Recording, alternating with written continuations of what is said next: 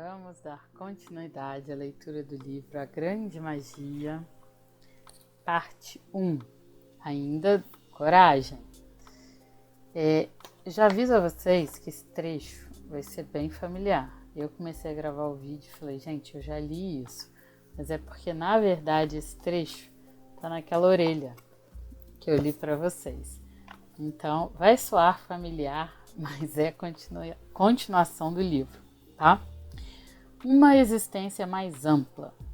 Quando falo aqui de viver criativamente, entenda que não estou necessariamente falando de buscar uma vida que seja dedicada profissional ou exclusivamente às artes. Não estou dizendo que você precisa virar poeta e ir morar no topo de uma montanha na Grécia, que precisa se apresentar no Carnegie Hall ou vencer a Palma de Ouro em Cannes. Mas, se quiser tentar qualquer um desses feitos, vá em frente. Adoro ver as pessoas dando o máximo de si. Não, quando falo de viver criativamente, estou falando de maneira mais ampla. Estou falando de viver uma vida mais motivada pela curiosidade do que pelo medo. Um dos exemplos mais legais de vida criativa que vi nos últimos anos veio de minha amiga Susan, que começou a fazer patinação artística aos 40 anos. Para ser mais precisa, na verdade, ela já sabia patinar. Tinha participado de competições de patinação artística quando criança e sempre amara fazê-lo, mas abandonou o esporte durante a adolescência, quando ficou claro que não tinha talento suficiente para se tornar uma campeã. Adorável adolescência, quando os talentosos são oficialmente separados do resto do rebanho, colocando assim todo o fardo dos sonhos criativos da sociedade nos frágeis ombros de algumas poucas almas seletas e condenando todo o resto a viver uma existência mais banal, livre de inspiração.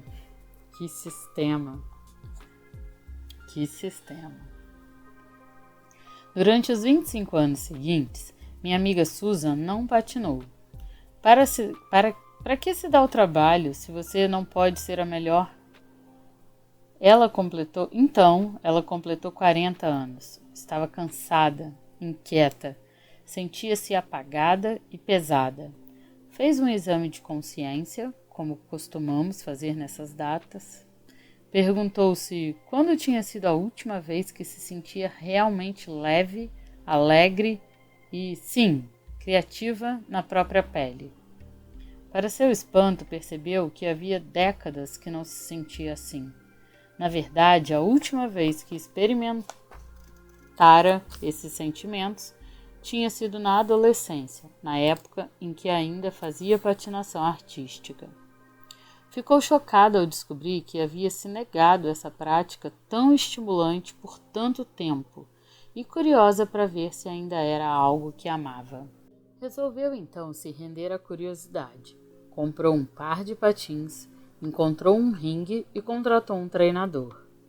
Ignorou a voz interior que lhe dizia que estava sendo autocomplacente e ridícula por fazer essa loucura. Bloqueou os sentimentos de extremo desconforto por ser a única mulher de meia idade no ringue em meio a todas aquelas minúsculas e levíssimas meninas de 9 anos. Simplesmente foi lá e fez. 3 vezes por semana, Susan acordava antes do amanhecer e, ainda sonolenta, antes de ir trabalhar, patinava. E patinava, e patinava, e patinava. E sim, continuava amando patinar, tanto quanto sempre amara. Talvez até mais do que nunca, pois agora, já adulta, finalmente tinha maturidade suficiente para apreciar o valor da própria alegria. Patinar fazia com que se sentisse viva, imune ao passar do tempo. Deixou de sentir que era nada além de uma consumidora, nada além da soma de suas obrigações e de seus deveres diários. Estava fazendo algo por si, algo para si. Era uma reviravolta, literalmente uma reviravolta, rodopiando sobre o gelo e ganhando vida novamente. Reviravolta após reviravolta após reviravolta. Observe que minha amiga não largou o emprego, não vendeu a casa, Não se afastou de todo mundo nem se mudou para Toronto a fim de treinar 70 horas por semana com um rigoroso treinador olímpico. E não, essa história não termina com ela ganhando uma medalha. Não precisa. Na verdade, essa história não termina, pois Susan ainda pratica patinação artística diversas vezes por semana, simplesmente porque patinar ainda é para ela a melhor maneira de revelar certa beleza e transcendência em sua vida, que não parecem estar acessíveis de outra maneira. E Susan quer passar o tempo que for possível nesse estado de transcendência, enquanto ainda está aqui na Terra. E isso é tudo. É isso que chamo de viver criativamente. E, embora os caminhos e os resultados da vida criativa variem muito de pessoa para pessoa, uma coisa eu garanto: uma vida criativa é uma vida mais ampla. É uma vida maior, mais feliz e muito, mas muito interessante. Viver dessa maneira, contínua e obstinadamente, trazendo à tona as joias escondidas dentro de você, é uma arte em si. Porque é na vida criativa que sempre estará a grande magia. Muito, muito assustador. Agora vamos falar de coragem. Se você já tem a coragem de trazer à tona as joias escondidas dentro de você, ótimo! Provavelmente já está fazendo coisas de fato interessantes de sua vida e não precisa deste livro. Continue mandando ver. Mas, se você não tem essa coragem, vamos tentar encontrá-la para você. Porque viver criativamente é um caminho para os corajosos. Todos sabemos disso. E todos sabemos que quando a coragem morre, a criatividade morre com ela. Que o medo é um ferro velho, abandonado, onde nossos sonhos são largados para definhar sob o sol escaldante. Isso é de conhecimento geral. Às vezes só não sabemos o que fazer a respeito. Vou listar alguns dos muitos medos que podem estar impedindo você de levar uma vida mais criativa. Você tem medo de não ter nenhum talento. Você tem medo de ser rejeitado, criticado, ridicularizado, incompreendido ou, pior de tudo, ignorado. Você tem medo de não haver mercado para sua criatividade e, portanto, de não haver sentido em correr atrás dela. Você tem medo de que alguém já tenha feito melhor. Você tem medo de que todo mundo já tenha feito melhor. Você tem medo de que alguém vá roubar suas ideias e, por essa razão, acha melhor mantê-las escondidas para sempre no escuro. Você tem medo de não ser levado a sério. Você tem medo de que seu trabalho não seja política, emocional ou artisticamente importante o suficiente para mudar a vida de alguém. Você tem medo de que seus sonhos sejam considerados tolos. Você tem medo de um dia olhar para trás e ver que seus esforços criativos foram uma enorme perda de tempo, empenho e dinheiro. Você tem medo de não ter o tipo de disciplina necessária. Você tem medo de não ter o lugar certo para trabalhar, as condições financeiras ou a disponibilidade de tempo para se concentrar em invenções ou novas buscas. Você tem medo de não ter o tipo certo de treinamento ou formação. Você tem medo de ser gordo demais. Não sei exatamente o que isso tem a ver com a criatividade, mas a experiência me ensinou que a maioria de nós tem medo de ser gordo demais. Então vamos colocar na lista de ansiedades por via das dúvidas. Você tem medo de ser considerado um mercenário, um idiota, um amador ou um narcisista. Você tem medo de magoar sua família com o que possa vir a revelar. Você tem medo do que os seus colegas dirão se você expressar abertamente suas verdades pessoais. Você tem medo de libertar seus demônios mais profundos e, na verdade, não quer mesmo confrontá-los. Você tem medo de já ter produzido o melhor que podia.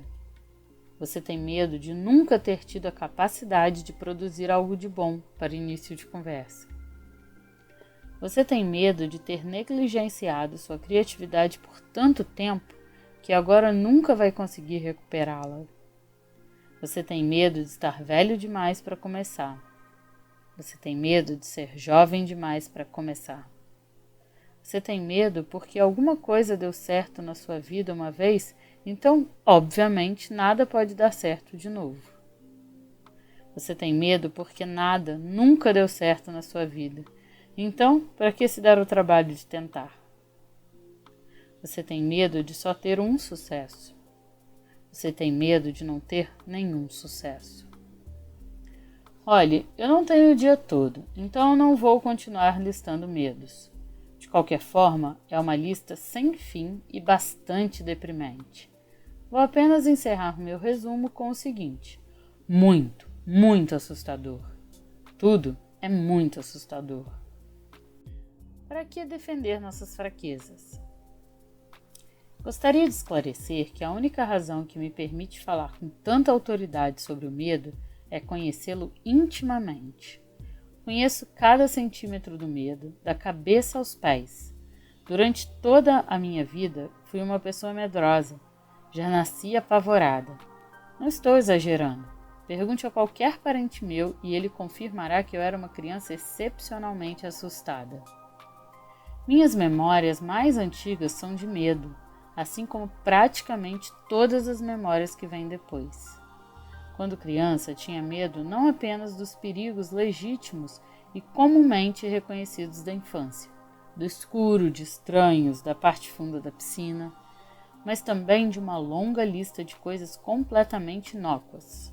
Da neve, de babás perfeitamente inofensivas, de carros, de parquinhos, de escadas, da Vila Sésamo, do telefone, de jogos de tabuleiro, do mercado, de folhas de grama afiadas, de absolutamente qualquer situação nova, de qualquer coisa que ousasse se mexer, etc, etc, etc.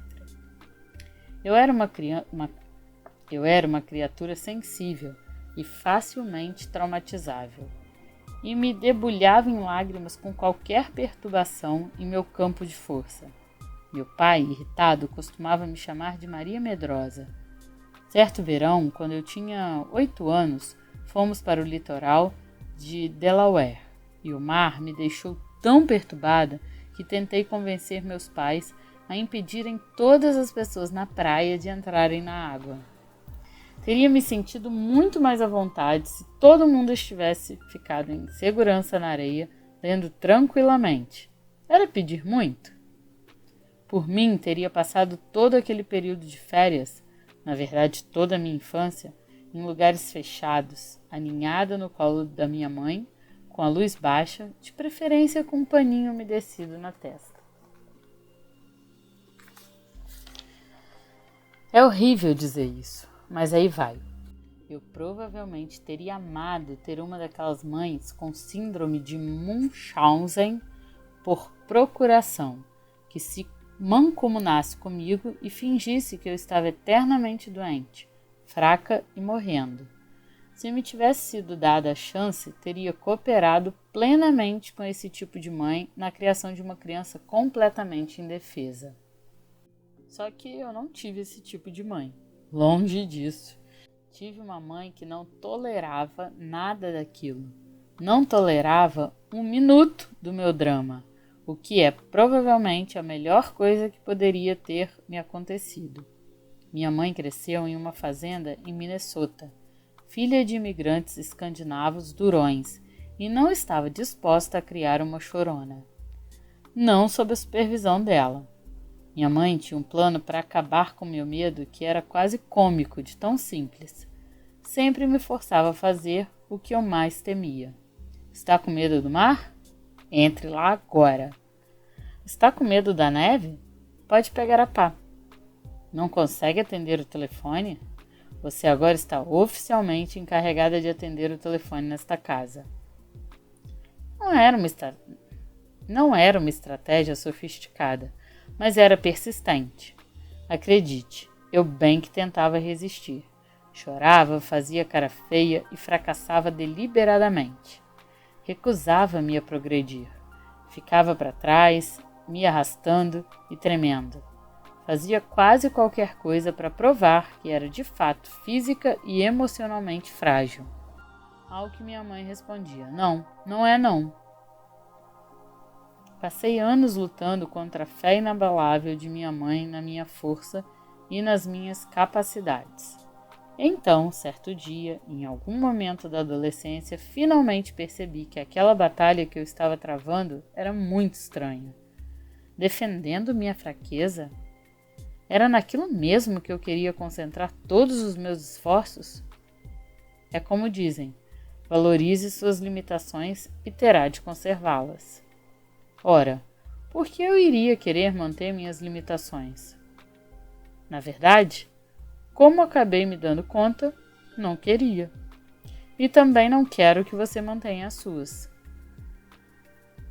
Bom, gente, eu vou concluir essa faixa de gravação porque eu acho que a gente olhar de frente com coragem para os nossos medos e aquilo que a gente acha que esteja nos limitando, muitas vezes a gente nem enxerga, né? Requer um tempinho para assimilar. E a gente volta em breve para a próxima faixa.